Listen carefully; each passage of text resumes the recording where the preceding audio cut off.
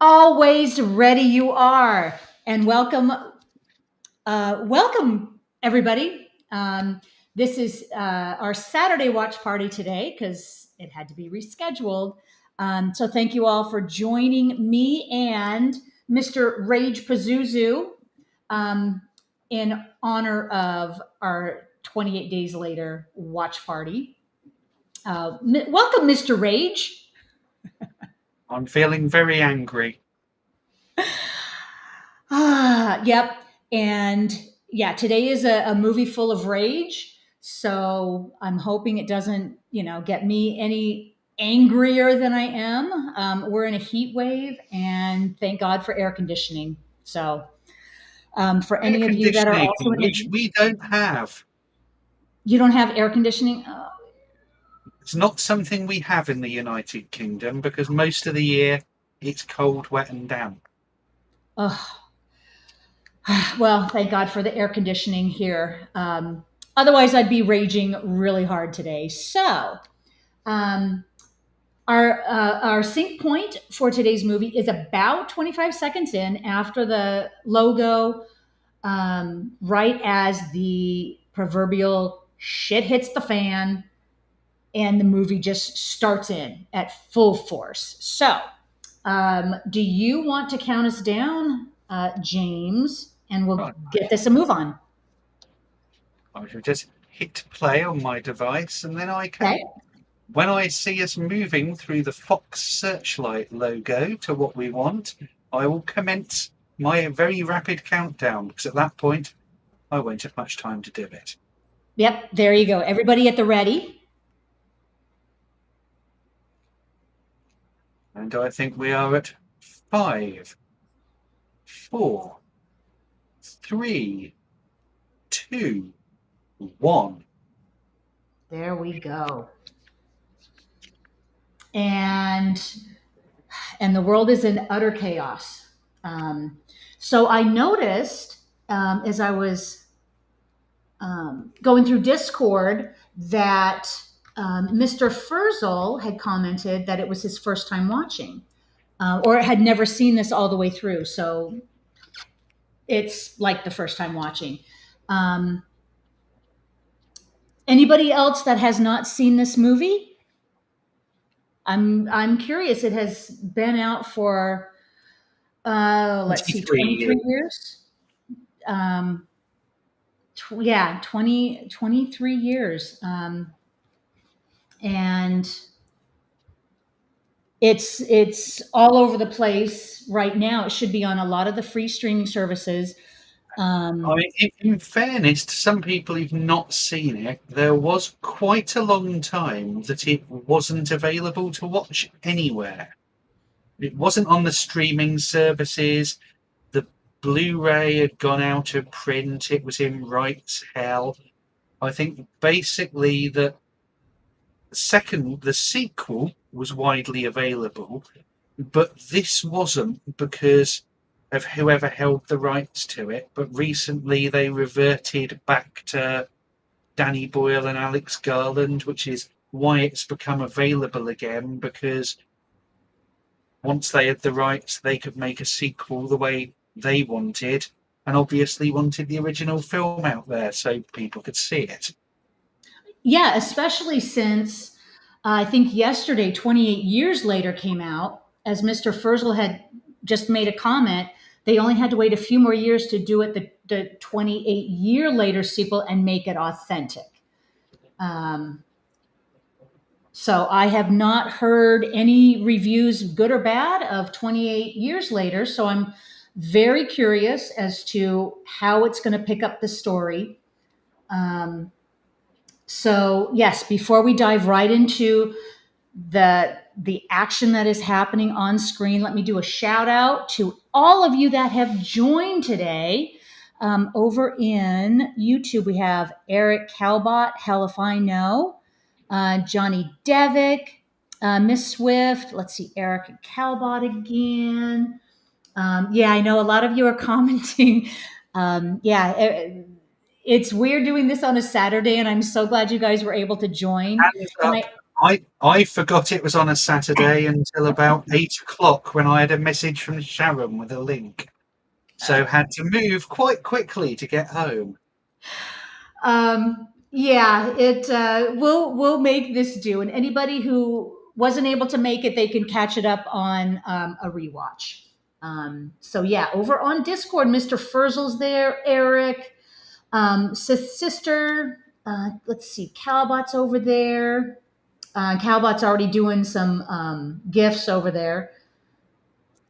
So yeah, sister, my wife hasn't. So watching her will be fun. So if his wife hasn't seen it yet.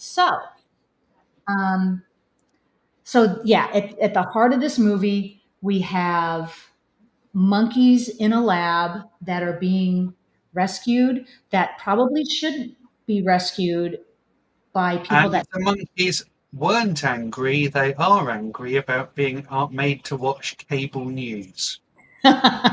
That's right. They were strapped down to watch cable news, which made them angry. Um, and to tell you the truth, if I had to be strapped down and the scene straight out of a Clockwork Orange, where your eyes are pinned open and you're made to watch horrific images over, I'd probably get a little angry too. Um, and Yeah, I think the key message here, in case people haven't realised, is that chimpanzees are not necessarily lovely creatures, even if they aren't angry. yep, exactly. I mean, I Um, remember watching one of the. We used to have it over here, the PG Tips Tea Company used to advertise their brand of tea with adverts that involved family of chimps dressed up playing happy families. And you kind of look at that and go, oh, that's all nice. Or you might look at it and go, it's exploitative.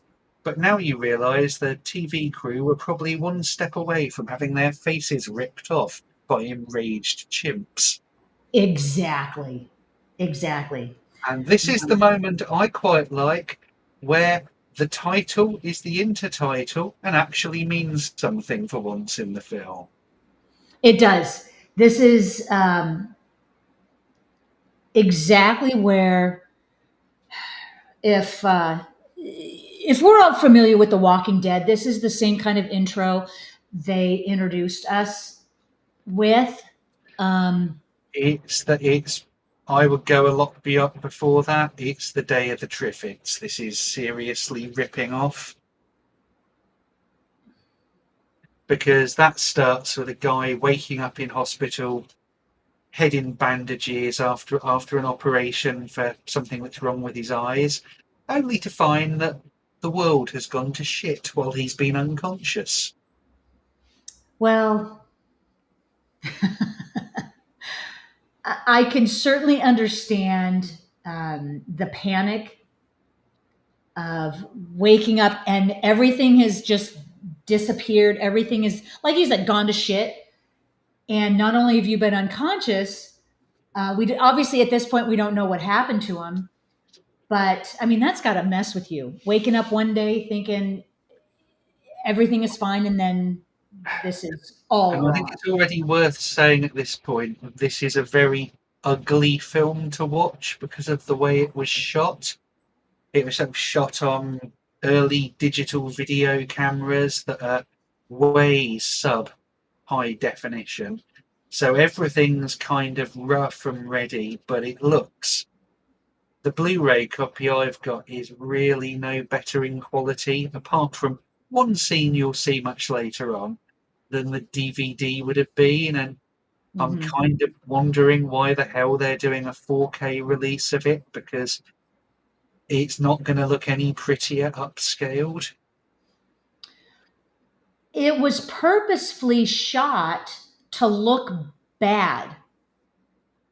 And so you're right. If they were to do a 4K version and clean it up so it looks nice and They're pretty sticking out a digitally, 4K in about a month or two's time, and I just don't know what they're going to do to it because yeah, you know interesting. the old Blu-ray gains really no benefit because there's no extra detail or anything for it to bring out because it's just skanky.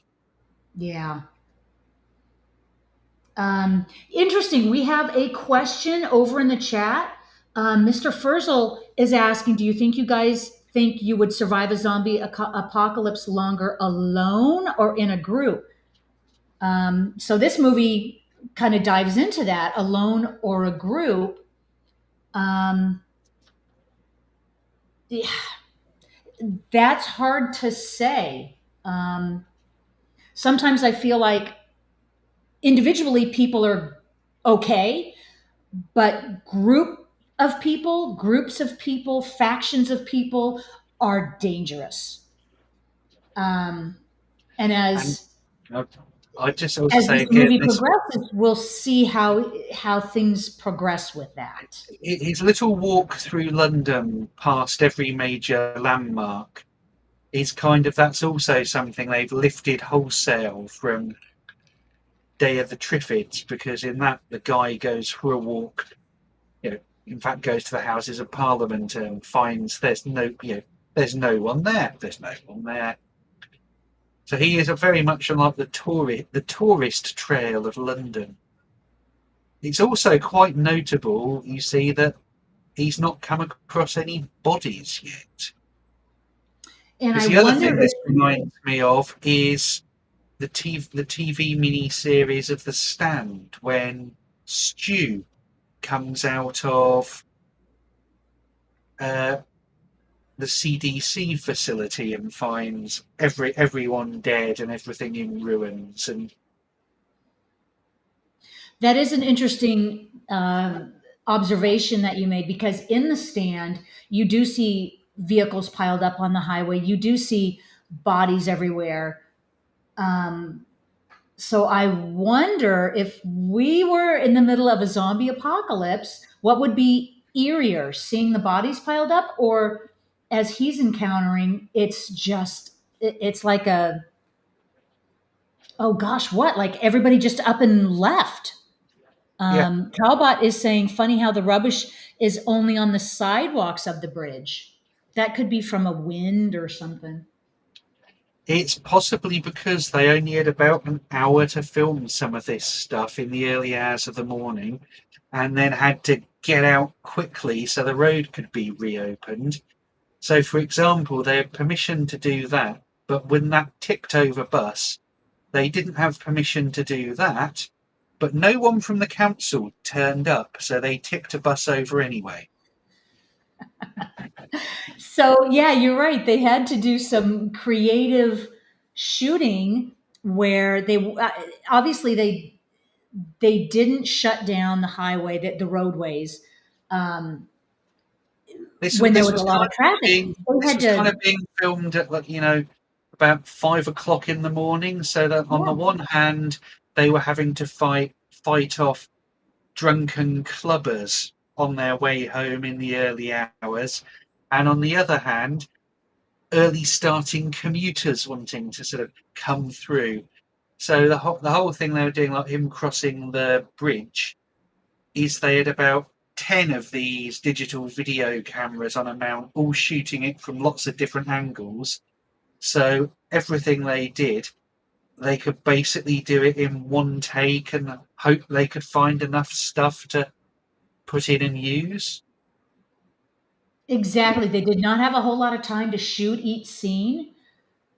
Um, and I think that adds to the grittiness, the the realism of what he's going through. Hell if I know commented, look at all the money he's picking up. Obviously, he has no clue as to what's going on. Um, and what's interesting is this movie has been kind of talked about as a zombie movie, but this is one of the few, if only, zombie movies where the people aren't actually dead; they're just Which, infected. which is why technically it's not a zombie movie, Right. they're not the living dead. But structurally and in narrative terms, it is a zombie movie. Now this Exactly. I think, and now in this, now context, this thing they here are. with all the people's missing relatives on the wall, that this film was kind of made. It was they were shooting it before 9/11, on 9/11, after 9/11, and they basically shot all the London stuff before 9/11. But then when they were editing some of the sequences, like that one with the notice board, they were doing that very much in mind of what they'd seen on the news with people putting photos of their loved ones outside the World Trade Center. Yeah, I think that's one of the most striking things about this movie is they're filming the end of the world as 9/11 was happening. There was even an interview I saw or read about the fact that they had there's a scene coming up where they were kind of doing like a celebration kind of thing on the day of 9/11, and with the twin towers still burning in the background of the day's events, they had to film a certain scene that was kind of eerie. um, yeah.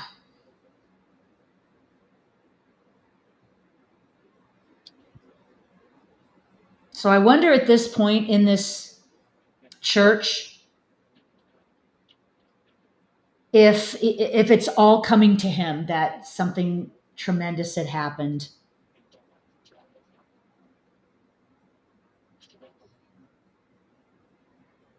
And this being the first structure that he's coming to with all the dead bodies, given what we understand of these zombies, and that when people get infected, would they have all been bunched up like that, just in essence sitting peacefully there?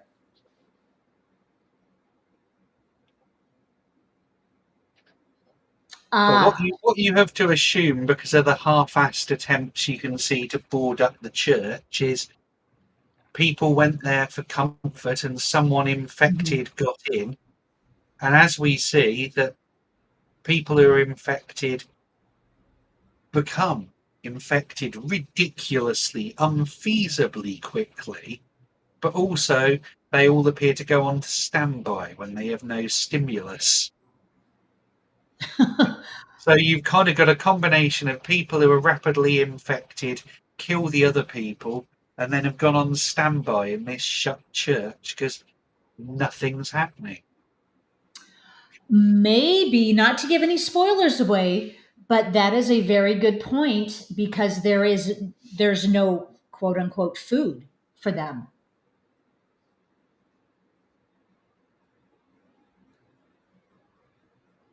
So interesting tidbit that it's like all over the internet about this movie, that it was the first movie to introduce us to the zombie who can run. Because we're all familiar with the zombies that kind of lumber along at a slow pace that you can outrun very easily. Here Yeah, we have the infected that are just superhumanly fast. no, I think Zack But Snyder's Dawn of the Dead remake owes quite a lot to this. yeah, well, this this is not the first movie to introduce us to zombies that are runners, but it might have been the first one I saw that the zombies were runners. But there was a movie back in 1980, and the name escapes me, that first introduced us. Um, Nightmare City. there you go. On the other hand, Nightmare City is kind of an Italian sleaze fest that wouldn't have been widely seen, whereas this was quite widely seen. So I think it's Exactly. probably fair to put the influence here rather than there. Yes, exactly. So this movie might have made it a cultural thing now that zombies are now runners to kind of make it a scarier proposition. Um, and yeah, Mr. Furzel, to answer your question about the zombie apocalypse. It's fun to kind of war game in the event of a zombie apocalypse. What would you do? Would you band together? Do you know someone that you would band together with? And certainly escaping zombies who can walk, who can't climb, who can't traverse heavy terrain, that would be easy to avoid. So I would think you could do pretty well for yourself by yourself if those were the kind of zombies you were dealing with. In this movie, I think he'd be better off doing what he's doing now. With he's now part of a group, I and have to now say, we're learning. I think they'd be better off getting out of the city, Mhm. because obviously the city would have lots of people, and therefore lots of people who are victims and lots of people who are rage infected. So I would have thought getting out of the city would be a good plan, not Yeah. staying in it and living off fizzy drinks and crisps. Yeah, and as he is learning now, because he's been out of it for 28 days, he's now going to learn about what has happened up until that point. Um, yes, Sith Sister, Return of the Living Dead has running zombies. Yep. Miss Swift is saying they are not zombies. That is true. They're like the living. They're technically infected people, but for the purposes of, I guess, what kind of category this movie would fall into, it would be classified as a zombie movie. Yeah, or apocalyptic end of days kind of movie. Well, I mean, Alex Garland and Danny Boyle kind of alternate between admitting it's a zombie film or insisting it's not a zombie film, or saying, well, they're not really zombies, but everything that happens is exactly the same as in a zombie film. Exactly. They're behaving like zombies. And so it is amazing. In 28 days, governments have fallen, um, utter devastation, and everybody is gone except for the last, as far as we know, the last humans. Everyone else has been, what? You kind of have to wonder where they went. If they're not in the streets, where are they?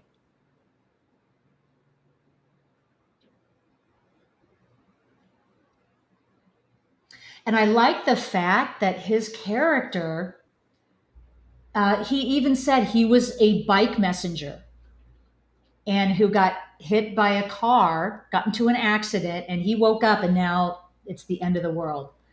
Um, and that reminded me, because it's been a while since I've watched The Walking Dead, where you have Rick, the sheriff, and then you have Glenn, who appeared to be this hero, where he was just, I think he said he was a pizza delivery man. Um, but in the end of the world, you can be whoever you want and you can be the hero. I wouldn't watch The Walking Dead. There's an awful lot of it, and the destination isn't worth the journey. Have you seen any of The Walking Dead? I've seen most of it and the spin offs, and it's generally speaking a complete waste of anyone's time to watch it, I think. It's All quite, righty. Well, they depart a lot from the source material and not necessarily in good ways. It's depressingly repetitive, and all the decent characters tend to get killed off. well, that is a valid opinion. I'll give you that. It was, I mean, I think after what, 11 seasons, it was so hard to stay with it. I think I used to watch it with my oldest daughter for probably 6 or 7 years, and then it just got to be, maybe it was a little repetitive, but it just went on for a little too long. But I loved it. I enjoyed it. But yeah, I won't give any spoilers away for anybody that wants to watch it. Yeah, Miss Swift, I can't watch it again. It's too depressing. Much Well, like the decor in his parents' house. and I was just going to say, talk about depressing. He made them come with him so he could go to his parents. And I think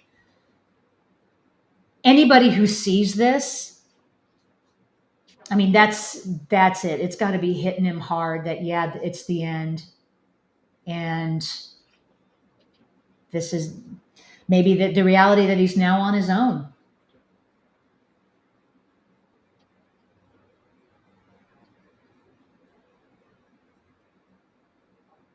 Okay, so it says with endless lore, we left you sleeping. Now we're sleeping with you. Don't wake up. So they obviously wrote it intended for him to get it. Yeah, Eric, it is a really depressing scene.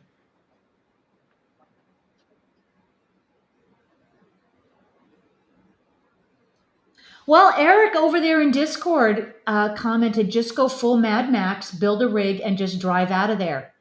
That's not a bad idea.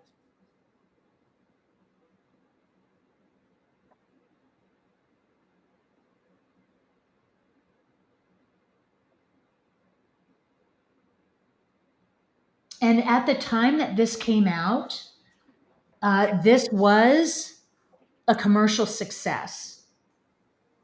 And I think my go to reviewers at the time, obviously in the States here, was Siskel and Ebert. That's one of the things I haven't done yet is to go back and watch their review of the movie. Because I think in 2002, they had either stopped their show or they were doing it just in print.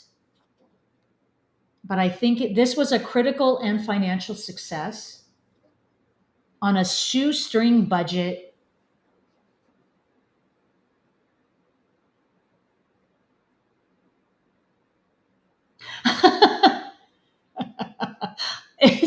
Okay, so you're coming. Can we turn this off and watch Shaun of the Dead? That's my Oh zombie boy. survival plan is hole up at the local pub,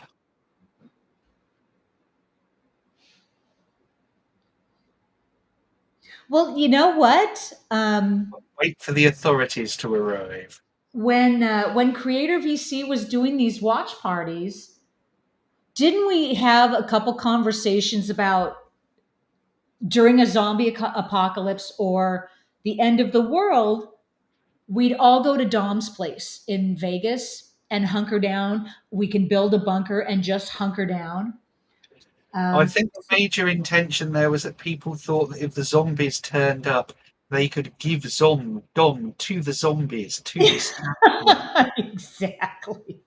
So if we switch gears, okay, so in the event now that our group, if we encounter the zombie apocalypse, guys, I think there's got to be maybe a safe place for us all to gather. We'd hunker down, build a bunker, and we'd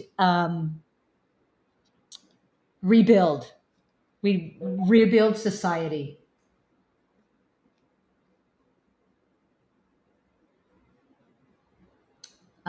Yeah, I mean, we could hunker down in a pub somewhere.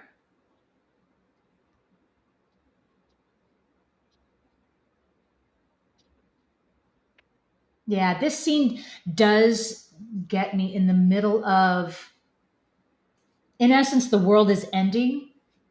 He's got to process the death of his parents.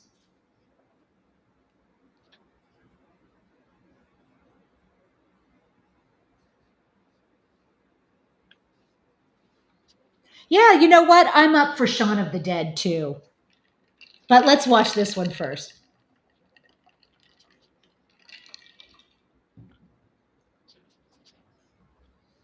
And I'm not getting the sense that he has a significant other, perhaps a girlfriend.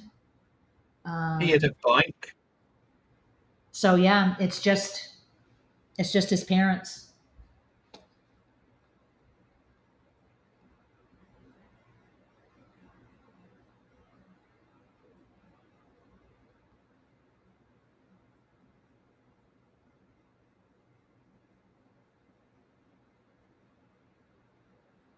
Yeah, this staying in the city and being visible doesn't seem very wise to me.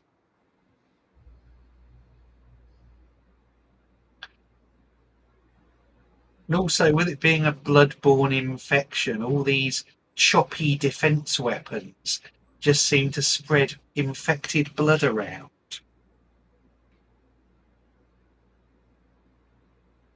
It's obvious they know that it's a bloodborne. So you're right. What's with all the up close and personal choppy blood everywhere? Why didn't they do something like see whether his mum and dad had a car, put the keys in it, drive as far away as they could? Because they would probably encounter the same problem that the survivors in the stand encountered. The roads were full and packed, so they're better off getting either bicycles, motorbikes, motorcycles, anything that they can maneuver around the traffic. Well, or, let's give them the benefit of the doubt. It's only been 28 days. Maybe they're so busy defending themselves and surviving that they can't make themselves the way out of the city yet. Oh, Johnny Devick, maybe take refuge in a trampoline park. Oh, we could do that. Yeah.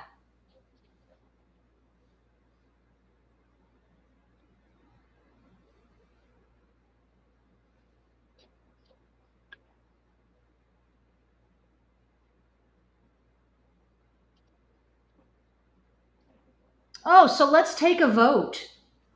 Walking down the street, open. It just seems to me they're too exposed. They're too open to attack. But is that strategic so they can see the zombies coming at them? Because they just doesn't Again, it seem that they raises would the have much issue that the cover. streets are just too empty and too clean, and that in the middle of this rage apocalypse, I'd kind of expect to see a bit of destruction and dead bodies and things everywhere.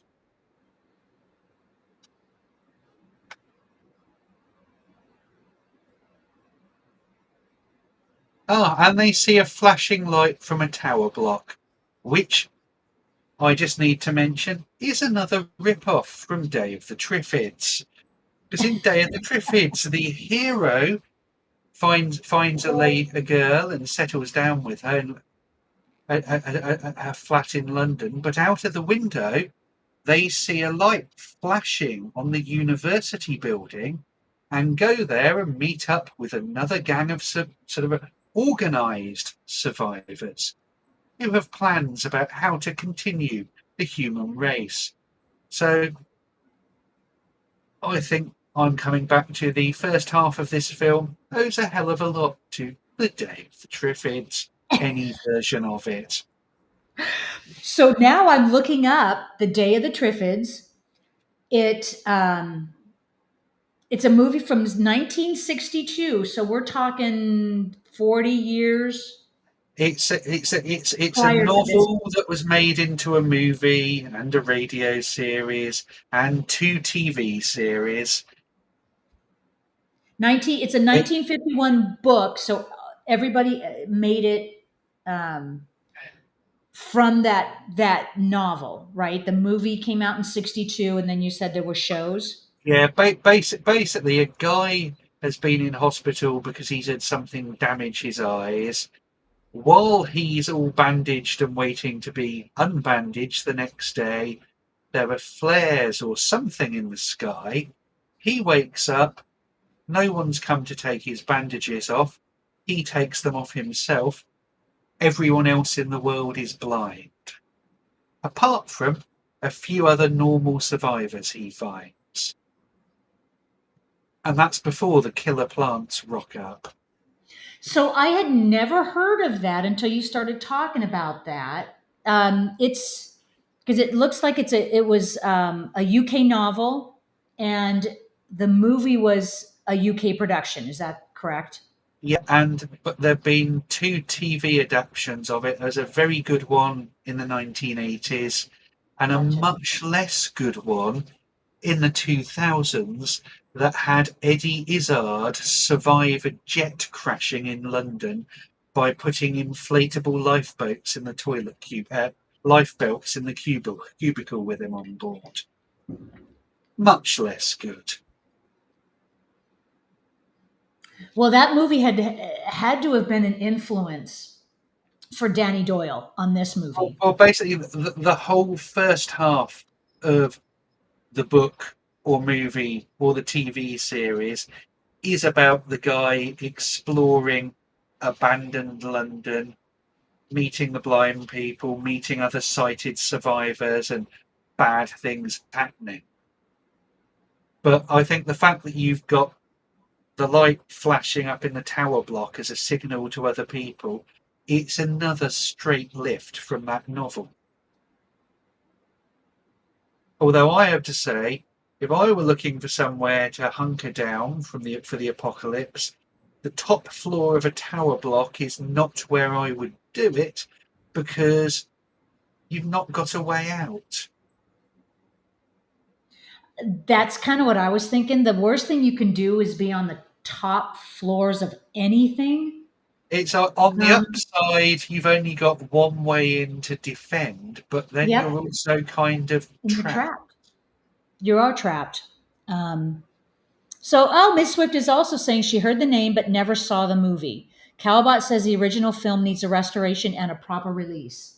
Well, that The might be a movie that I will check out sometime this week just to see the the the eight parallels the 80s between. BBC series has had a nice Blu-ray release and is worth checking out.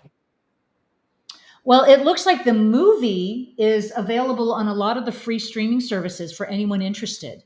Yeah, it's not been very well. The movie is probably the worst version of it, Mm.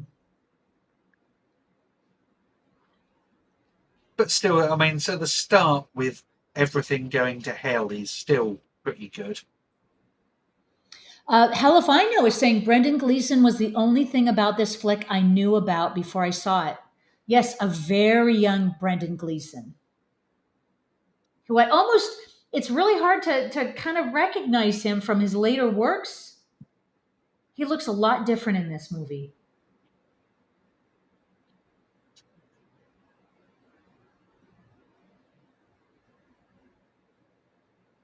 Yeah, he looks a lot different.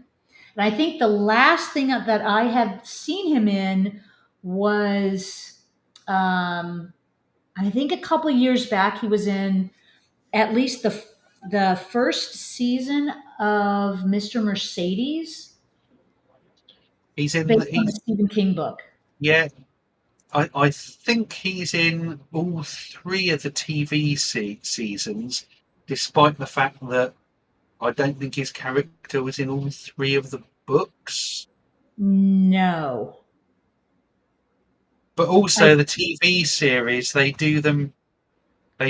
adapt the original trilogy in the wrong order, so the last book is done second, and it's very strange. yeah, it very intriguing story, great book. I think they did the series very well. But I won't give away too much in case you guys want to check it out. It's But it a does feature a Mercedes. it's what? It does feature a Mercedes.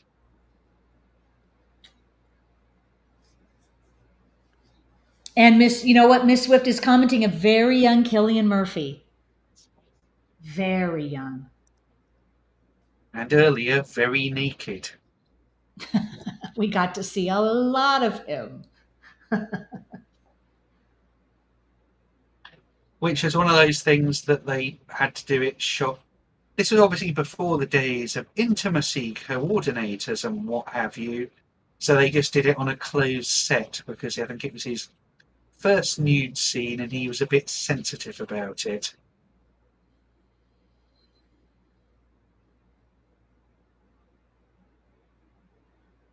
Well, those goldfish aren't going to live long with no water in their tank and no air. Yeah, it makes me wonder how they had survived that long, unless they are using what water they have, which would be a hot commodity at the end of the world like this. You wouldn't necessarily have running water. You wouldn't use it No, for the your water, fish. the water would be what would carry on longest of all. Electricity might go off, but gravity-fed stuff like water, that's going to keep working for a long time. Even 28 days later. Oh yeah, I mean, if there's the great American apocalyptic novel that was made into a mini series last year, Earth Abides, and in that, after most of mankind is wiped out by a plague, the water supply works for a couple of decades after. Obviously, it's not still being treated with Mhm. fluoride and stuff like that, but the water's still coming through the pipes from the reservoirs. Yeah, interesting. It's so the water would continue. That is okay. So I can see that. However, 28 days later, there's no electricity. How would the water get pumped? Yeah, it wouldn't. Well, I say a lot of the things with the water supply is there things that are effectively gravity fed. It wouldn't necessarily mean you'd have the pressure to get it up in a tower block. Right. Okay, so like they're doing now, they collect it, and if they put it in the tank at the top of the building, then it's all gravity fed. But Apart from the normally, when you apart don't from the have fact that I power, don't think you don't what have a they're pump. doing would work. Well, they're using a laundry basket, if you see there. Which have lots of laundry baskets with holes in the side, which aren't going to collect much water. No. It would be Was like it just standing there with a colander over your head. was it just a matter of to fill the scene? They had to get whatever they could and just hope the audience doesn't notice. That's one of the first things I notice.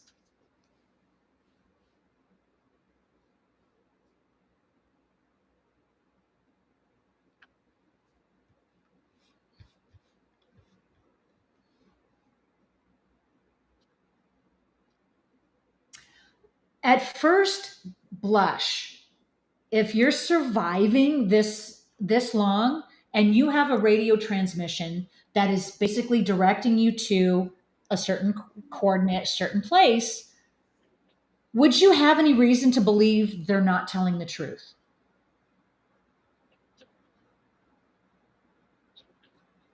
Hmm. You know, it's one of those debates. Would you be better off by yourself, or are you looking I, for group protection? I have to say, the language in that radio transmission, salvation is here, Yeah. things like that, it's setting alarm bells ringing for me. Sounds a bit culty, sounds a bit mad. The answer What? to infection. Well, Yeah. sorry, unless you're actually saying we have a cure or we have a vaccine or we have a safe place. What the Right. hell We have does a that mean? fortified position. Right. Yeah. We have food. We have water. We have weapons. We have protection. You'll be safe here.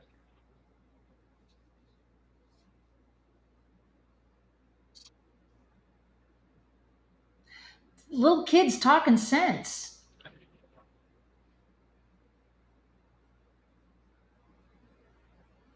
I mean, they've already shown to be not safe in that building.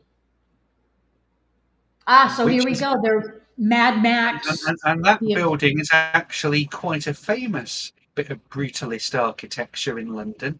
Trellick Tower, designed by the Bond villain sounding architect Goldfinger, and it was quite famously turned into, the equivalent of it, built ambitiously, thinking people could be socially housed in the sky, and instead turned into a sink estate like a US project, and was, I believe, also featured in the Michael Caine vigilante movie Harry Brown.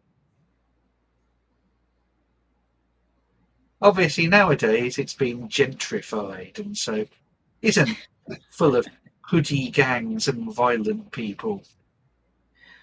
so, are you familiar with a lot of the locations that they're filming at? It's spread over about 3 or 4 miles of London. It's all stuff that's quite close to the centre. Mm. Londoners question some of the geography, saying like, "Oh, they make it look like he's walked from this place to that place," and it's like 4 miles, and you'd never walk that. But they're kind of overlooking the fact that getting a bus or the tube isn't really possible after the apocalypse. No, they tend to not run in the event of a zombie apocalypse.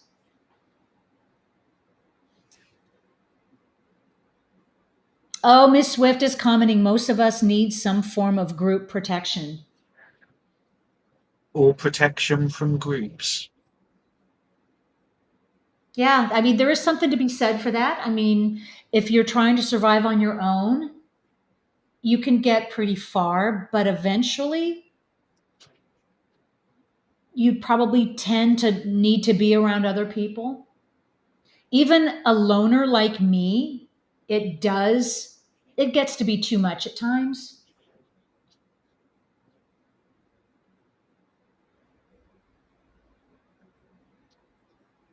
So I I have, question, I have to, I have to say this tunnel sequence is to me also quite reminiscent of Stephen King's The Stand, where you've got the guys trying to cross out from New York that way, and rats.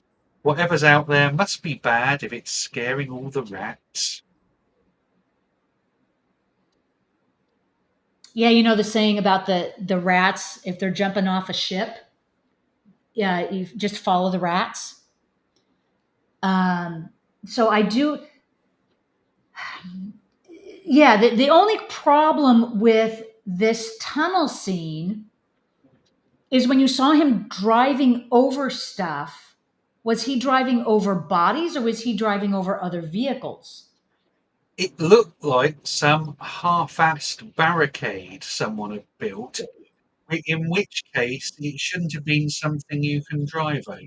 It Because shouldn't have. And so now in this position they're in. So is it the sound that is attracting these zombies? Because that's what I'm getting at. I think they can hear you, I guess, quicker than they can see you, and they'll get your position and they'll come after you. Oh, Halifino, that is get busy living or get busy dying. I have to say, with all the litter in the streets, it doesn't actually look any worse than London does nowadays.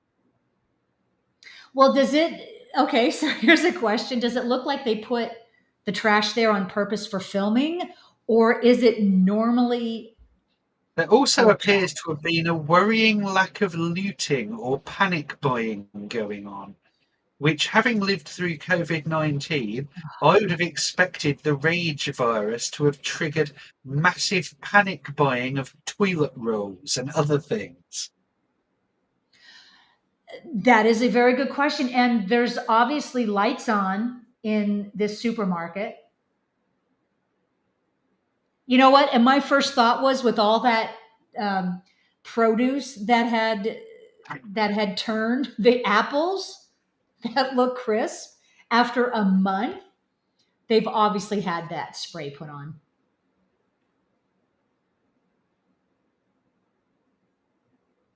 I think So it rather does than seem why are they going for chocolate bars? Why aren't they going for canned goods? they are.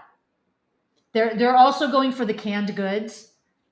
Um, but you know, if you're in a supermarket at the end of the world, I wouldn't load up on the treats, but They're if you have loading up your on treats. canned goods, you get a couple bottles of the fine stuff.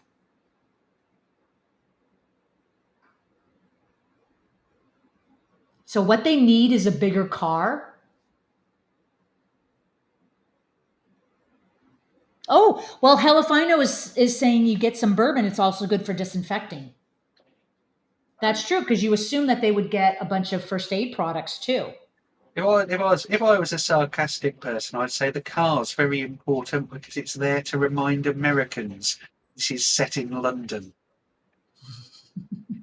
Because we all know from watching James Bond films that you always get the establishing shot of a red bus and a black taxi driving past MI6 HQ to tell Americans that it's set in London. And we've If had a we don't tipped know already, this is and, set in London. and we have a tip so we've had a tipped over red bus and they're driving a black taxi. I rest my case. Yes, Frank is a taxi driver, so this is his taxi. Maybe that's why they chose that vehicle. Because Mr. Furzel commented should have reinforced that car like Dawn of the Dead, or they would have got something with a little bit more reinforcement. Maybe driven a big old rig like this or something.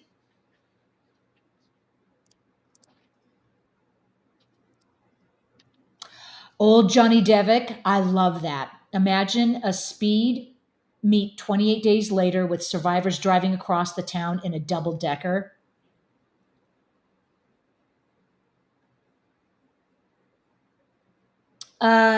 Hell if I know. And from the looks of it, 28 years later shows that the UK is the only place still infected. Yeah, they walk back I, the ending of 28 weeks later that showed the infected in Paris by basically yeah, going, Europe managed to get rid of it quite quickly. that's what I had heard, is that 28 years later was actually going to expand the story to a worldwide, where it's obvious the whole world had been affected. I don't know. I haven't No, seen it. they walk it back. It's just poor old United Kingdom left to rot as Brexit Island.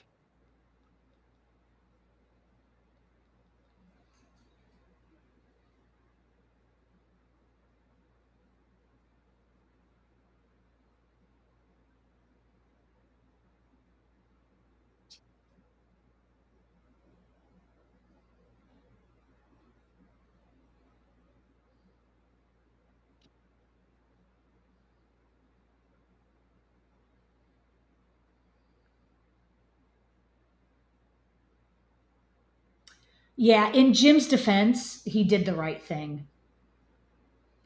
Um, I'm still not keen on all the blood splatter that their weapons of choice would cause. yeah, they're still too up close and personal to the zombies. Um, and at least in The Walking Dead, when they did have to do the close combat, well, it was to save on bullets, but they did clean kills some of the times, I guess. But it wasn't necessarily the blood that spread it in The Walking Dead. If I remember correctly, it wasn't the blood. When The Walking Dead, they said at the end of the first season that basically everyone was infected in the entire world was infected by the virus. So anyone who died would come back. Yeah, and I think that was revealed in the end of either the first or second season. It was the end of the first Was season it? where they rocked up to the CDC in Atlanta. Yeah, and Rick's buddy um, died and didn't get bit. I mean, sorry for any spoilers in The Walking Dead, but yeah, someone died and came back as a zombie Yeah. without getting bit. Spoilers, in The Walking Dead, there's a zombie apocalypse. It's very depressing. Some of the group will say things like, but we need to be kind to people, or God won't love us. Those people then die horribly. They meet other people who are bad, who've set up bad communities that do bad things, and they overcome them, and then they move on, and then they meet someone else bad who's set up a bad community. Rinse, repeat. And there you go, sums it up. Yeah. They are wild horses. What more do you want? Obviously, the horses are too fast for the people. If the zombies, I don't know if we've seen them go after animals, or it just seems to be they're going after people. But it's also that you'd have far fewer infected people running around in the middle of nowhere than you would in central London. Well, obviously the zombies are going to hang out where they have food, and they're going to hang out in the cities until everybody's been infected, and then they're going to have to spread out. Um, so yeah, the key is to get the hell out of the big cities. That's for sure.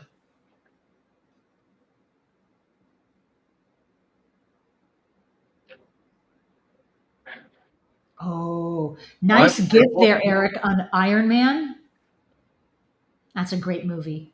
I say one of my criticisms of this film is I think that it's for what it's got in it, it's very overlong. You could have told this in 90 minutes, be really tight and really good. Instead, it's what, 113 minutes, almost 2 hours, and it has these longers in the middle.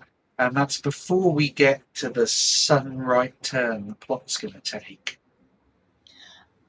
Yes, there is definitely a lot of character development. I think they're trying to put in this movie, um, and more I of just a. generally think, unless you've got a really good story to tell that needs it, you should be able to make your film 90 to 100 minutes.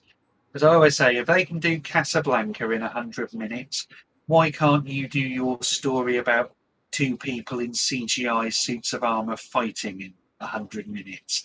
Do you really need 3 hours or whatever it is they do with everything nowadays? Well, that's a very good question. Do they need to make movies 3.5 hours long? No.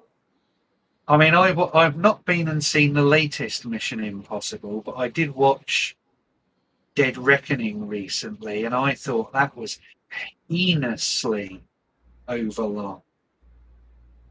You could have taken an hour out of it, lost whole action sequences, and it would have been tighter and more entertaining, and I would have looked at my watch a lot less.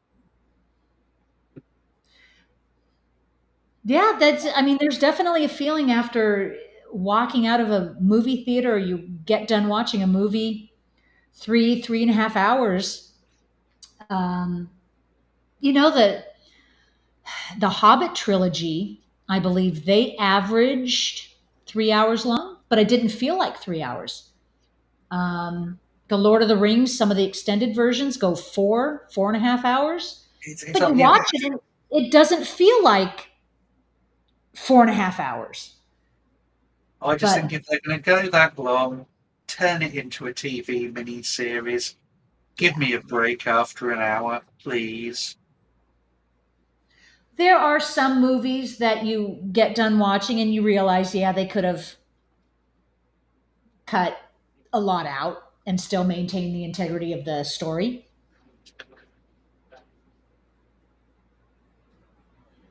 I think oftentimes I think how much fun it would be to be an editor for something that you have a love for. Even though I don't have any editing experience, it would be so much fun to take all of the footage and create it into something that I would like to see. But yet, how hard it would be an editor and to create something that you would want to see with the footage that you're given. That's got to be nerve wracking.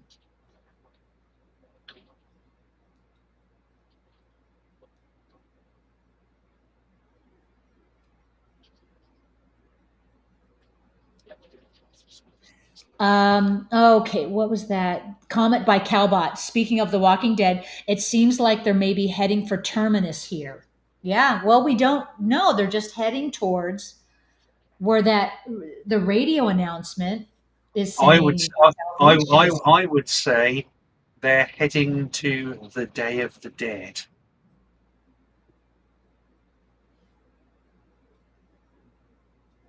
And it's so funny, these people aren't dead. They're just infected. They're Oh, infected with the rage virus, which makes them rage, right? And so they infect others, and then but they don't die. So the only way for them to die is to starve to death because they're still alive. So then they would just starve to death, dehydrate, just like people. yeah, the road's also not clogged up with stuff.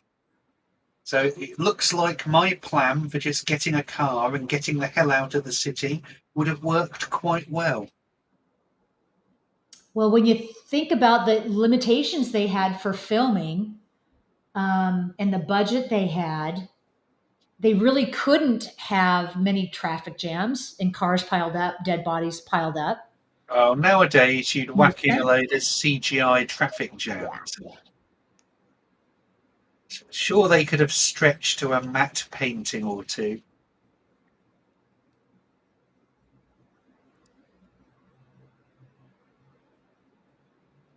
Yeah. So as far as I can tell, the effects that we've seen have just been practical effects. Yeah. Well, that's because most of the effects are a bit of skanky makeup and people running while the DV shakes around and makes it look weird. And then add in some quick cutting.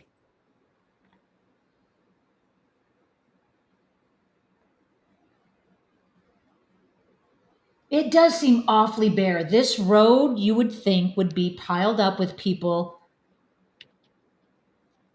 Well, getting out of town. especially when there's Obviously, that whole burning city on the skyline.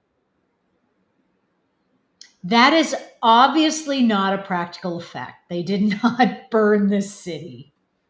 No, it's Manchester. It's what Manchester looks like. A Oh, that's just a permanent, normal day. Welcome to Manchester.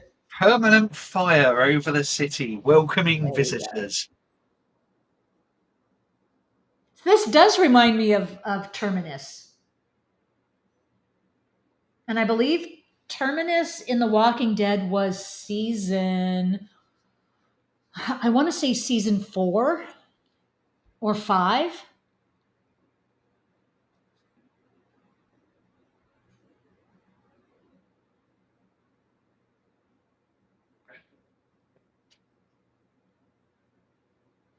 Well, this is looking So like obviously, this is a military blockade, right? This is the it only way looks. that it would have It been looks quite a constructed so quickly. half-hearted blockade, as you could just drive all through it.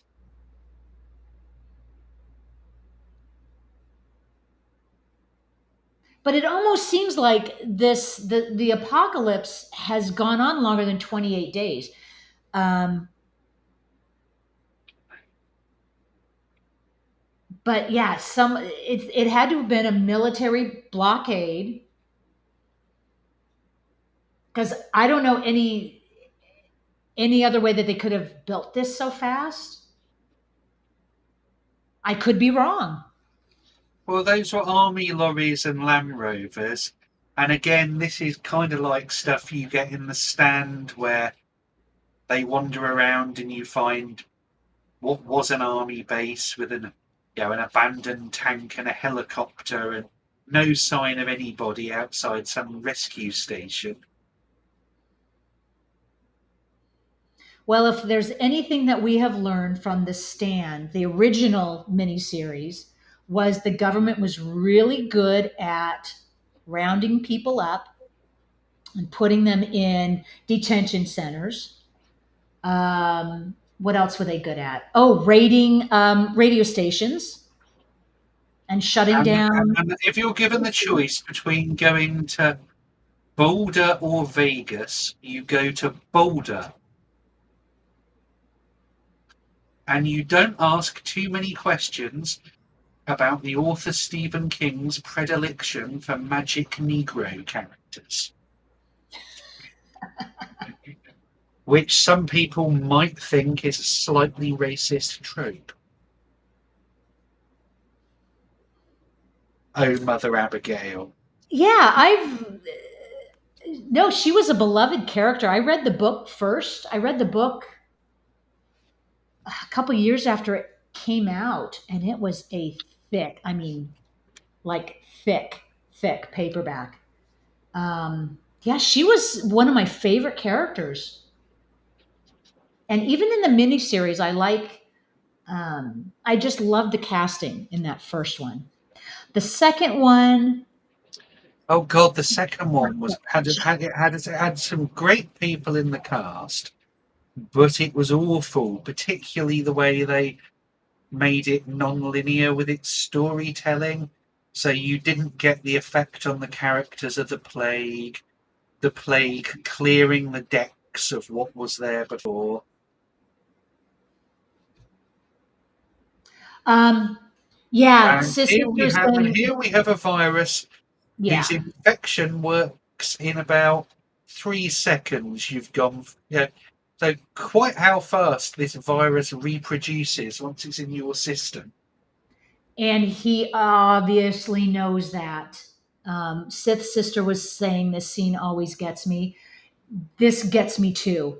Um, and yes, hell if I know the government does that now. Yes. The government seems to be really good at their job when they do that. Um, but yeah, this Frank knew how long he had before he turned, um, and that's why he got his daughter away. I say, while it does rack up attention quite effectively in the film, it's also one of those things that's just not remotely credible for me. That you go from being bitten to being the most infected thing ever in less than 30 seconds. Because it's what usually takes a couple of days in a normal zombie film for someone to get a bit ashen, go to bed, and then wake up and want to eat their friends and family. Well, in The Walking Dead, it was pretty instantaneous. You died, you came back as a zombie, and it was there you Yeah, go. but that's they've actually had to die. They had the virus, Right. they died. Here, they're not dying. The infection is basically taking complete control of them in seconds. Exactly. That is part of And here we have an panic, I equally guess. young Christopher Eccleston. Yep. Who then became Doctor Who for a season Well, at or this two point, seasons. he was most famous for being Detective Inspector Billsborough in a series called Cracker. that starred Robbie Coltrane, where he was Ah, murdered at the end of the second season, stabbed to death by a skinhead played by Robert Carlyle, who starred in 28 Weeks Later. exactly. Yeah, they went in a totally new direction for this sequel. And I really, This, this I have a said thing she loved about Cracker. sequels. I wonder, did you ever see the American remake of Cracker, Miss Swift? Which who was it they had as Cracker in that? They had Josh Hartnett was his son, Robert Pastorelli. So you're talking about Cracker, A New Terror. The TV series was just called Cracker in both Ah, pictures, about a really screwed up alcoholic, chain smoking, obese, gambling maniac, foul mouthed, yet brilliant criminal psychologist who takes the car crash of his life and goes and solves really horrible crimes. And naturally, the Americans remade it and sanitized the character so he wasn't quite as disgusting, alcoholic, and massively screwed up. And it got axed after a season. not, I never heard of it until you just mentioned it.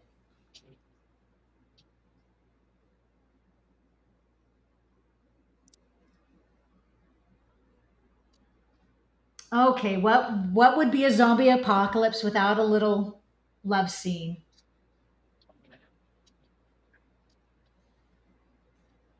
What would be a military base in a zombie apocalypse without a deranged military commander? Yes. That goes without saying. I mean, you got to have that trope. Because this is So, because when I said it's going to go all Day of the Dead, I actually meant the film Day of the Dead. That kind of from here onwards is pretty much in some places scene for scene and line for line what goes on in Day of the Dead, just without Bub and intestines everywhere.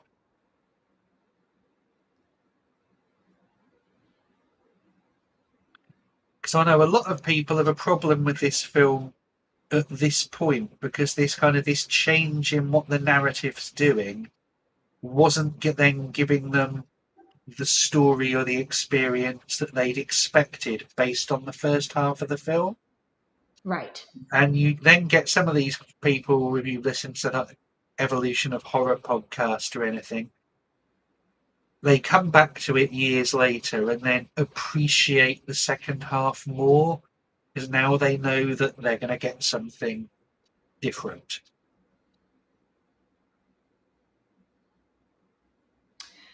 I just see this as the progression of the story. Um, whether it's what you expect or not. Um, yeah, I mean it. You should see some sort of military intervention in the event of an apocalyptic world-ending calamity. Um, I'm not really sure how when you're like the United Kingdom and your army's minuscule. yeah, here in the states, we would expect to see the military presence.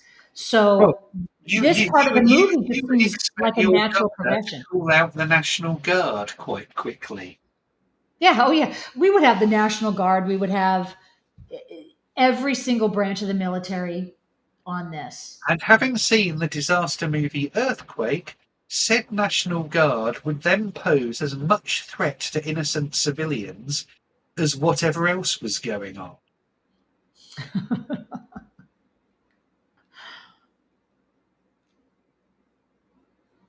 And on that note, yes.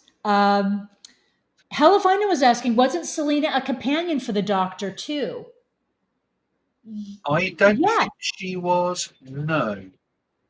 wasn't she in Doctor Who though? Because she No, does seem very she familiar. was Miss Moneypenny in the Daniel Craig Bond films.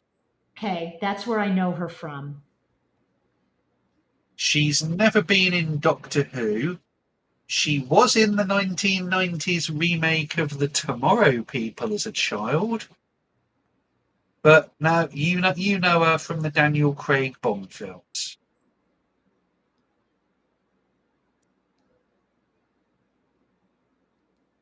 So to wrap, okay, so this is a very interesting scene. They've done this in The Walking Dead too, where they have captured the zombie and used to study it Can I or just refer you back to the Day of the Dead and the weird doctor experimenting on zombies? yeah, exactly. So The this weird is an doctor expected trope. experimenting on zombies in a military base run Yes. by a paranoid and unstable military commander. Yes.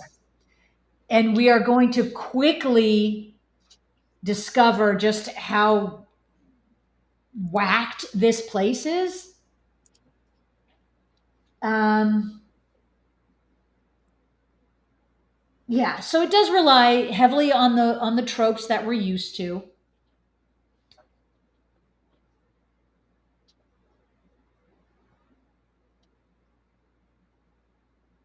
But yeah, it looks like Jim, Selena, and Hannah are getting the creeps. They're not feeling the vibe at this place. I, I also need to chuck in another, I think, link to Day of the Triffids. That when they see the light up in the tower block, and that leads them to the community at the university in Day of the Triffids, they are older ex-military types who are planning a new society, and one of the things they're intending to do is they want to rebuild humanity, to repopulate with people who can see. And so, as part of their plan, that involves women effectively being relegated to the role of breeding stock in the brave new world. I present you Major West in 28 Days Later.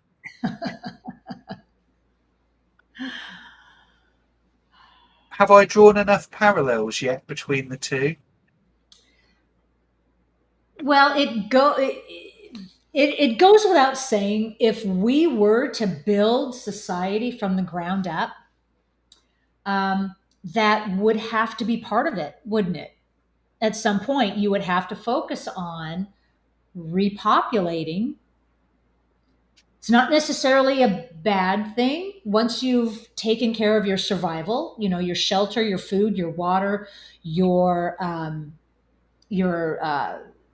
what fortification, your protection from the outside forces. Then you could start thinking that way. Um, Unfortunately, in this movie, they're speeding up the process a bit too much, where you shouldn't have to think about that in the 28 days. Well, this is the thing that's odd in Day of the Triffids, because humanity hasn't actually been wiped out. There are all these blind people out there expecting help, but they're kind of 2 days later, no help's coming. We're going to leave all these people to die, and we're going to go out, and all you women are going to be baby machines. That's a bit drastic.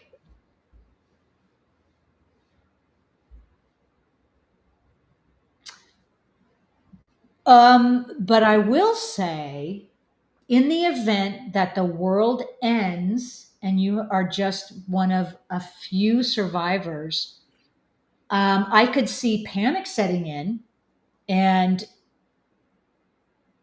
you're worried about, unless you're done having kids. I mean, then what do? You just would live your life. But if you're young and you're thinking about the future of humanity, at some point you would think about that.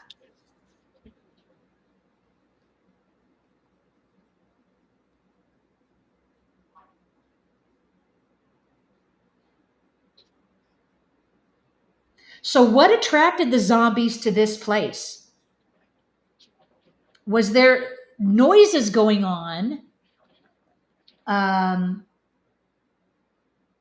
or or what? So, are the zombies just kind of roaming the countryside looking for food, or what it would seem to me is they would want to conserve their energy and not run all the time Well, and I just wait for think the I food? think if I were these people, I'd again be looking for somewhere a lot safer than some country house where they appear to be burning through their ammunition at a rate of knots. Well, So hell if I in, know. Australia's probably chilling during this whole thing. I bet they are.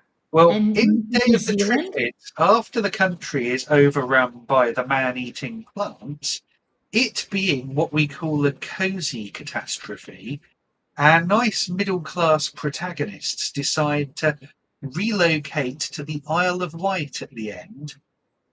It's an island. They can kill off all the plants that are on it and then live a comfy, safe middle class life there. So seems fairly sensible to me. That makes perfect sense. You know, the same way you could an island is logically going to be easier to clean of rage people than your country house next to a giant burning city. Exactly. Interesting comment, Mr. Furzel. A virus looks to propagate itself. The infected are probably just looking for another human to overrun and infect with their vomit or blood. So, that doesn't quite work because they're actually doing a pretty good job of killing people that they get to eat But is them. it just a matter of the virus propagating itself through the blood, and that's how the virus itself propagates itself?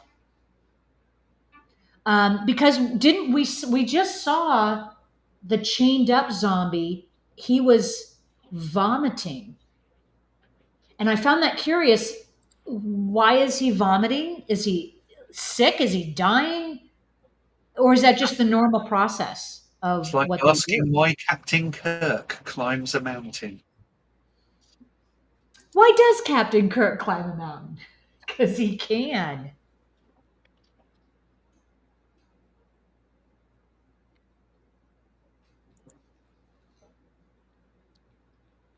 Well, he climbs the mountain to embrace the mountain, to be the mountain.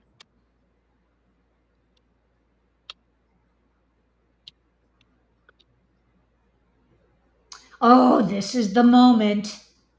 This is the moment that the exposition is giving us everything we know about their fort.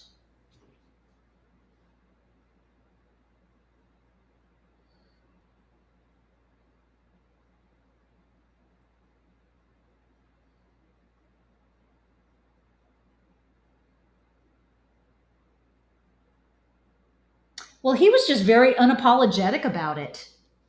Yeah, that scene, he might have shown a little remorse, but I guess the end of the world, all bets are off. Oh, Miss Swift, how many people remember Falling Skies with Noah Wiley? That was what, about 10 years ago? I remember that.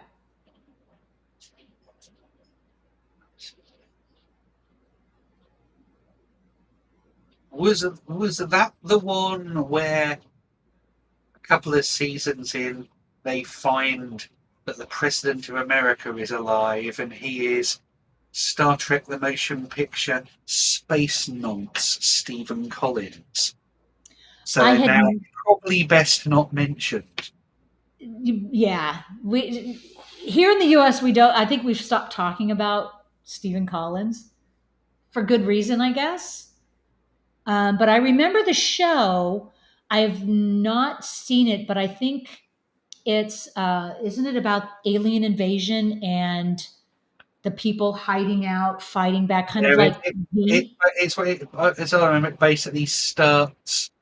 a year or whatever it is after the invasion when we've already lost, and you've got individual groups who are part of some US rebel army leading their resistance fight back.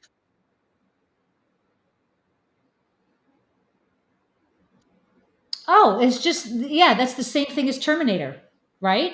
And all the factions were leaning on John Connor to save the world because he's their leader. Yeah, I've been meaning to actually check that show out because I love Noah Wiley. Go and find the black and white TV remake they did of Failsafe, the nuclear bomber movie that had Noah Wiley in.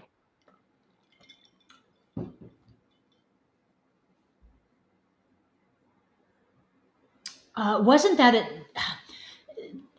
That was a TV movie, if I believe.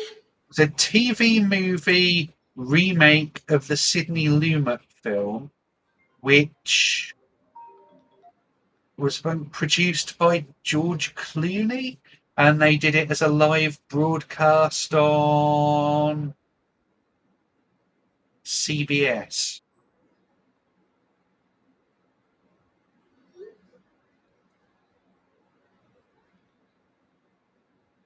Interesting. I remember seeing it back then and I liked it, but then I like Failsafe, which is basically Doctor Strangelove without the jokes.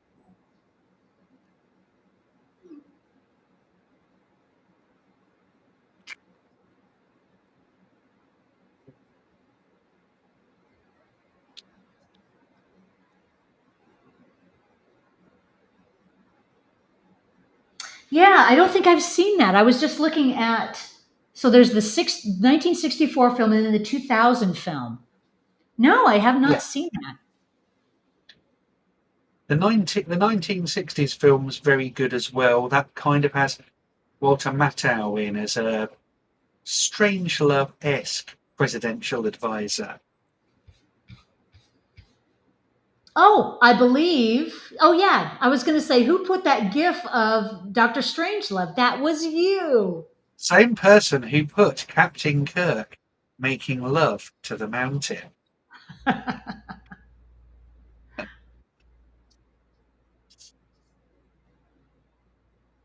He It keeps popping up in my vision. Why is Captain Kirk climbing the mountain? Something totally off topic, but I just had a vision when you were talking about William Shatner. Back in the late 80s when I was in college, out where my college was, I went to, well, like one of my only first and only Star Trek convention. The reason I went is because William Shatner was the speaker there. And this was, yeah, like I said, back in the late 80s. And it was a standing room only crowd. He gave this wonderful speech. And he was talking about his current project, which I have yet to find all these decades later. He was talking about a documentary he was doing on the planet Earth.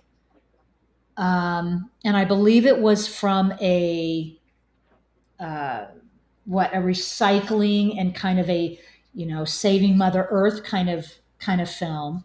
I have yet to ever find it, but I'm curious as to whether he ever did make it. So that's kind of my picture of him and climbing the mountain and saving the mountain and hugging the mountain. I wonder if he made that movie. So anyway, yeah, back to the movie. Um, so this scene right here strikes me as the moment that he sees hope for humanity, because that's obviously a plane. Or conversely, that is also a vision of what So you're a saying he sees chemtrails and goes, yes, hope for humanity. If anybody remembers when one of the shuttles broke up on reentry, it was what, 2000, 2001. The shuttle that broke up upon reentry, that's kind of Was what the that debris looked like as it was falling to Earth. So to me, this scene could give him hope, or this is it. You know, things are now falling out of the sky.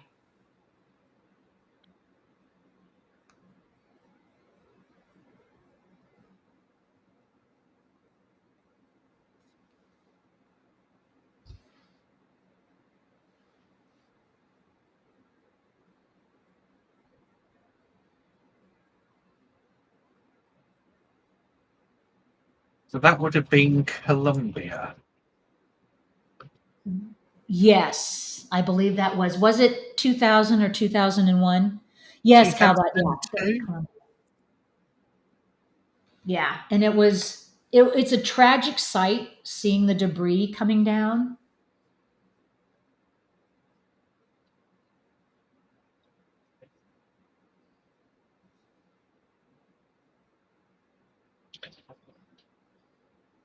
Yeah, this is less repopulating the planet and more a gang rape. Yeah. The only thing I can figure is that these guys are just panicked, scared, and it's not about repopulating. It's just a little bit rapey. And I'm guessing from the guy's haircut, because it looks like he missed. He, well, he got too close a few spots. He didn't know how to cut his own hair. Um, these guys are not put together properly.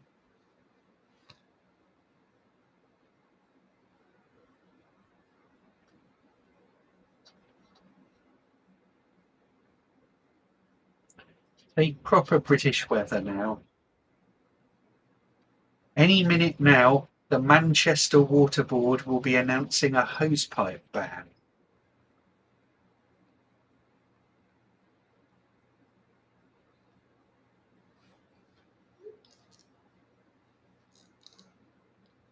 That is a lot of water. It it looks fake because I don't remember any rain that I've ever been in was that bad for this. And that is a typical day in Manchester. Is it? If Manchester's not burning, it's drowning, It's right? not burning because of the heavy rain.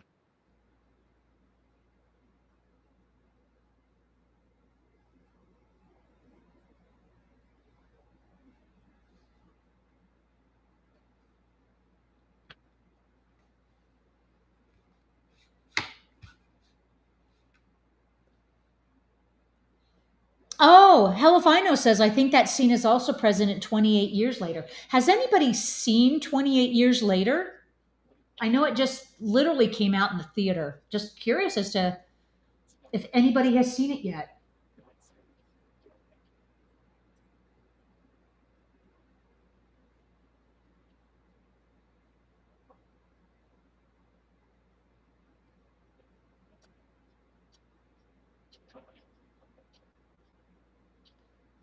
So that's the same guy that he's got a messed up haircut, that's for sure.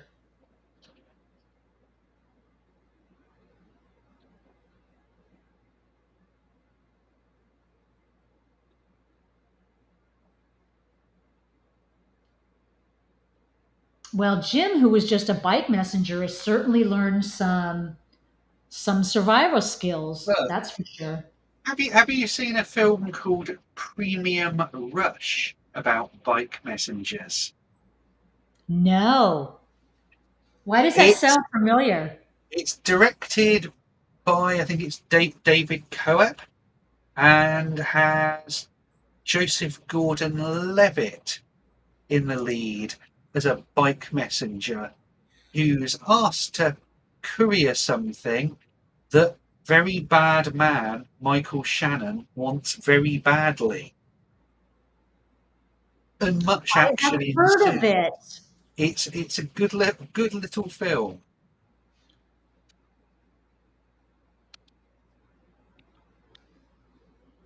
You know, there was a point Joseph Gordon-Levitt was in. He was a pretty hot commodity in Hollywood. He was in a lot of really quality stuff. As who would have watched Third Rock from the Sun and thought he was the most talented member of the cast?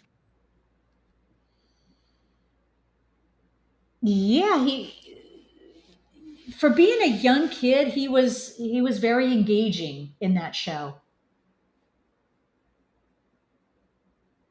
Yeah, hell if I know. Now Jim is suddenly a ninjutsu master. Exactly. So he's been learning something.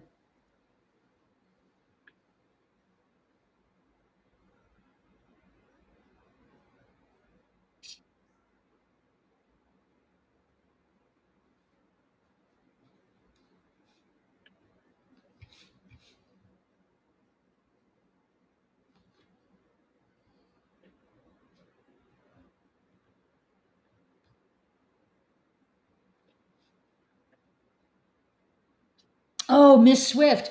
Who would have watched Roseanne and thought the same? You mean the original Roseanne? I remember the first one it came out. That was a good show. I haven't seen the reboot. Yeah, so I can't speak on the reboot.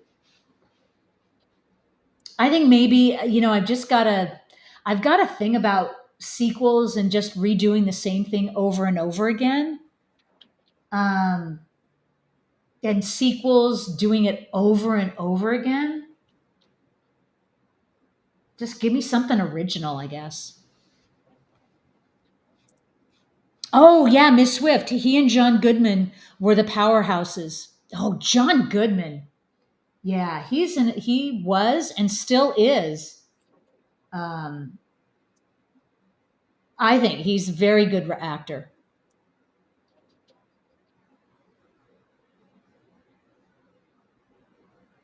Okay, so who would have thought now this military base establishment is now going to be overrun and they've Oh, it's just like, oh, the Day of the Dead. yes, exactly. So interesting. So this zombie spit up blood instead of actually killing the guy, and that's how he got infected.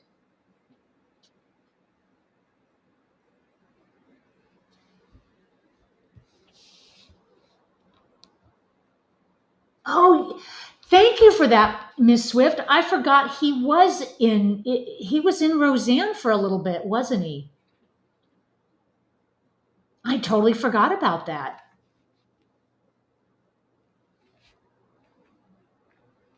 Yeah, he was either in a couple episodes or it was just the one episode.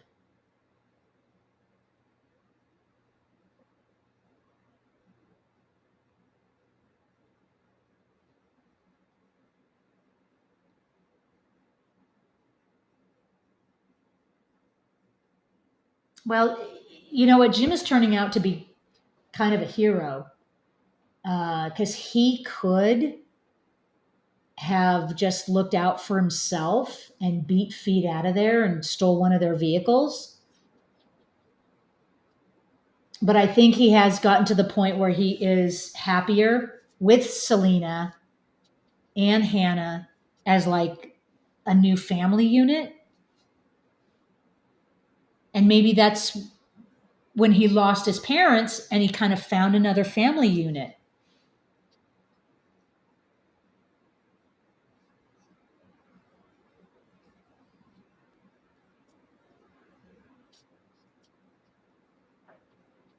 This is also like, what if the soldiers in Dog Soldiers were completely useless and evil and deserved it? Kind of like here, isn't it?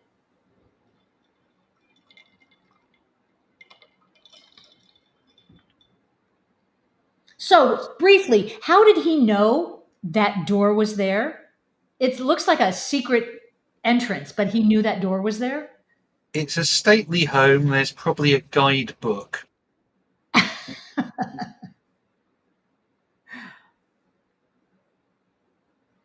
Yeah, or yeah, if it's an older home, it would have um, secret passages, secret entrances. Yeah, hell if I know is saying he's watching them die and laughing, and now he's a murderer.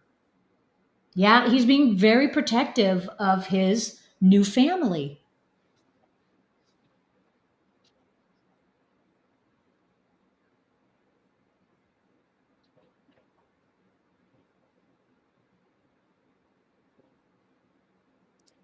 And here Hannah is running off to get the picture of her and her dad while she is Yeah. heavily drugged. So apparently, the drugs that Selena gave her to kind of dose her through what they thought was going to be a traumatic event, she is pretty well dosed.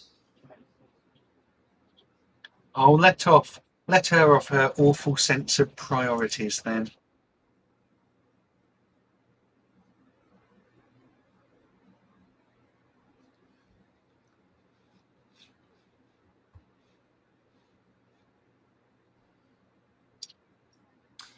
So, has anyone here seen the sequel to this, 28 Weeks Later? And if so, because I heard it wasn't that good, it was one of the worst sequels. What did you think of it? And is it worth watching? I'm still kind of torn whether I want to watch that, then see 28 years later, or just skip to 28 years later. 28 weeks later is fine. It's shot in a very different style, so it's more blockbustery. It's got a different feeling because it's a bit like London has become the green zone in Iraq with the Americans over trying to resettle the United Kingdom. It's good. It's doing its own thing, and it's not imitating the style of this. So, and it's also got again very good cast. So you have a young Jeremy Renner, a young Idris Elba. And I heard Rose Byrne is in it. Um, Yeah, but Danny Boyle was supposed to direct it, but he had to back out at the last minute, coincidentally, because he was going to be directing the movie Sunshine, also with Killian Murphy, which we saw, I think, last year in one of the watch parties.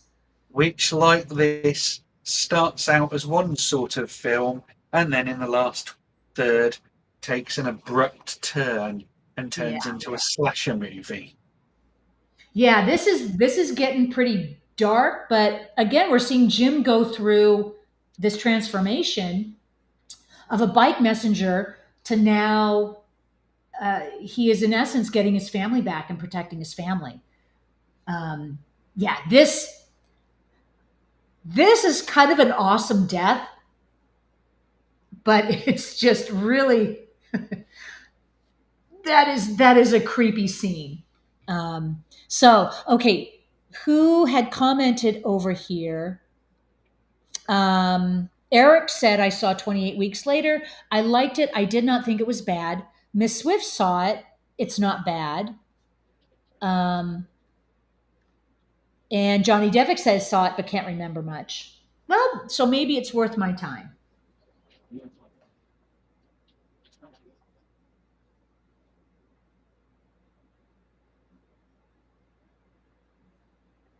Oh, she came close.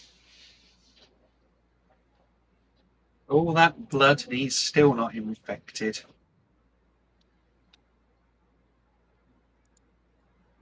It's not zombie blood. It's just regular human blood, the people that he killed. How many has he killed now? Like four people? In this house, he killed four, right? Outside, he killed one. In here, he killed one to let one of them die. So he's kind of a badass.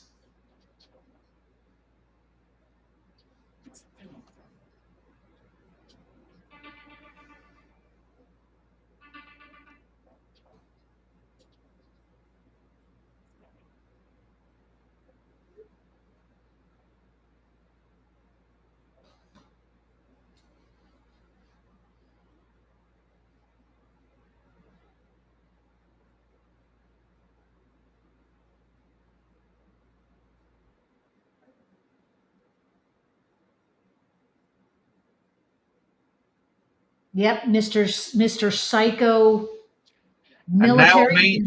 Major West is going to get his Captain Rhodes ending from Day of the Dead.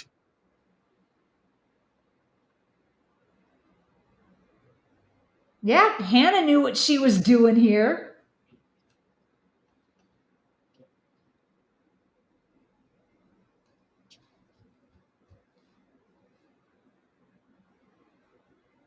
Well, hell if I know. So he kills an armed soldier with his bare hands. Yeah, right. Well, apparently that's what he did. You get the sense that these kids, these are not really military. I think they joined this military group as a way of what? Exerting power.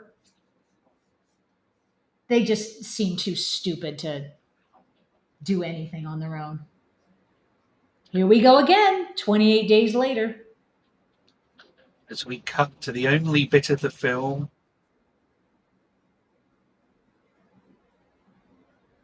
always shot on film. That's right. This is not gritty like the other one. So this is literally this final scene, the only bit of the film that benefits from Blu-ray and will benefit from 4K. Yeah, and I think we're less than we've got about 8 minutes left. And this is one of the alternate endings because he did several. This is the one they did in the original film. He They did have one. He did it.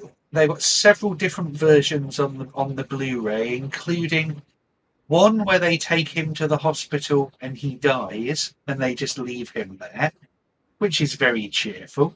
oh, that's nice. After all he did for them. So this shot of these zombies basically starving to death. So if they are just regular people, so they're not dead, they're just people starving to death, it wouldn't take them very long to die. And Okay, Miss Swift meanwhile, says 28 weeks later will piss you off though, and like the movie The Road, you might never want a child or children to die more in your life. Oh, interesting. I'll probably still watch it this week.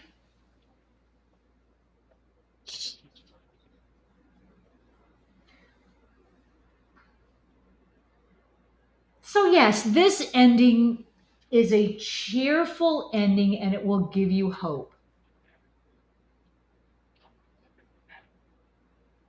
or not, as the case may be. Or not. So, what I find interesting is there's a little bit of the chatter from the drone coming over, It's not and a it drone. well, it's not a manned plane. It's not It's a that manned big. plane. It's a manned plane. It looks like a drone, and the way that it handles, That is a manned plane. that looks way too small. That right? Okay, it's far away, not Okay, small. there you go. That is definitely a manned plane. So the little chatter is the voice saying No one here? Is that what it said? Or there's someone here? Because I The think we're aircraft left seen with, at the end of the movie is a fallen gnat with Finnish aircraft markings. However, fallen gnats were retired in 1972. Oops. oops. No, that's totally fine. It looked, just from the way that it was shot, I could have sworn it was. I did. I had this thing. Is that a real, like a manned plane? It looks like a drone. Maybe I'm so used to what drones these days look like. Yeah, cowbot. Thank you. Like that. That's what I was kind of picturing. But there was the garbled discussion that I couldn't tell whether that plane had seen them or whether it hadn't. So it was kind of like this open ending, like, were they seen, were they not? But either way, you still have hope that one day they'll be what? They'll find another group. So, all right. Well, there you have it. Um, Here we go. Sith Sister, always a great watch for me. Wife's cheese rating, it's a sharp cheddar, good, but could have been better. Okay. Mr. Furzel saying this flick was too long and the climax is the most unrealistic part of the flick. Pass. Okay. I hear you.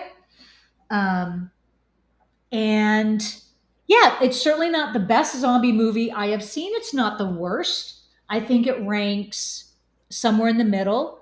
Um, there I are, would go ahead. give this I would give this 2 stars out of 5.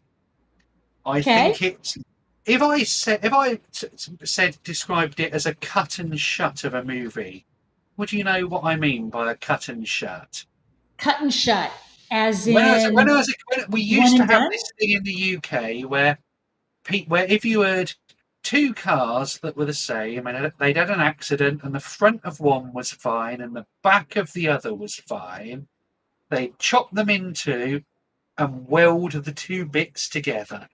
And when I was a kid, one of my friend's family had a cut and shut, a Citroen, and the front half was white, the back half was blue, carpets all Ah, changed colour in the middle. Really dangerous gotcha. cars because if you had an accident, they split in two. This is a cut and shut of a movie. It's taken the first half of the Day of the Triffids with the exploration of the abandoned London, going around all the landmarks. And then they've taken from another crashed movie the ending of Day of the Dead with the mad soldiers and the mad scientists on the base, and they've welded that on. And the thing is, the two don't really go together. And I just find that, particularly the second half, with the civilians entering the enclave, the women being sexually harassed, the zombie kept chained up for experimental purposes. It's literally been copied scene for scene from Day of the Dead, and I just find it very hard to enjoy something that is so obviously unoriginal and referential. It definitely borrows from a bunch of different sources. Um, it was, you know what? I agree with Miss Swift. I avoided rewatching it because it was so bleak. It was a decent rewatch with you guys to keep me distracted. This is not one that I'll probably go back to. I'm very curious about the sequels because I have not seen this movie in a very long time. It was a great watch. I love the discussions that we have with these movies. Um, yeah, definitely, this has been a blast. But it's a yeah. I mean, there's nothing really original. I guess we could say some of the psychological parts of it were original that you don't normally see in some zombie movies. But yeah, there you go. Um, and it has been really fun doing this with you guys today. I'm so glad you came here on a Saturday. So no watch party tomorrow. We are going to pick up next Sunday, same time, same place, same channel, with uh, James Bond, one of my favorite franchises of all time, GoldenEye, which is from 1995 and is Pierce Brosnan as James Bond. So 1995. So by coincidence, it's 30. yep, by coincidence, yes, James Hellier, same bat time, same bat channel. And we're going to be picking up James Bond. We just got to do James Bond. There is summer's not complete because we used to get a James Bond movie every summer, like every other summer. So we've got to do this. Um, so, oh yes, and James Hellier, just wait. We're going to be having a Batman movie coming up. Um, Dropped in the Batusi. um, yeah, we got to do a Batman and maybe a Marvel movie at some point. I don't know. Oh, Um, so, all right, y'all. It was just a blast. I'm so glad you guys are here. Um, yeah, Johnny Devick, Batman '66. That's high on my list. That was a great movie. Um, yeah, we could. Oh, Blade, Johnny Devick. Yeah, okay, Blade. Okay, so if there's a any last trilogy of comments, few good films and one appalling one. oh, and the appalling one would be, Trinity. and the best, and the good one would be, in your opinion. I actually like the first one, Blade. I'm not. I like the Del Toro one, but not as much. And Oh it's well, obvious. Calbot threw out Corman's Fantastic Four. You know, we could do that too. So yeah, great comments, guys. Um, and yes, on that note, we're gonna call it quits for today. We're gonna pick it up a week from tomorrow, and same time, same location. So queue up your copy Same of back GoldenEye. time, same back Same back channel. channel. All right, guys, it's been a blast. We'll see ya. Bye bye. Take care. Bye.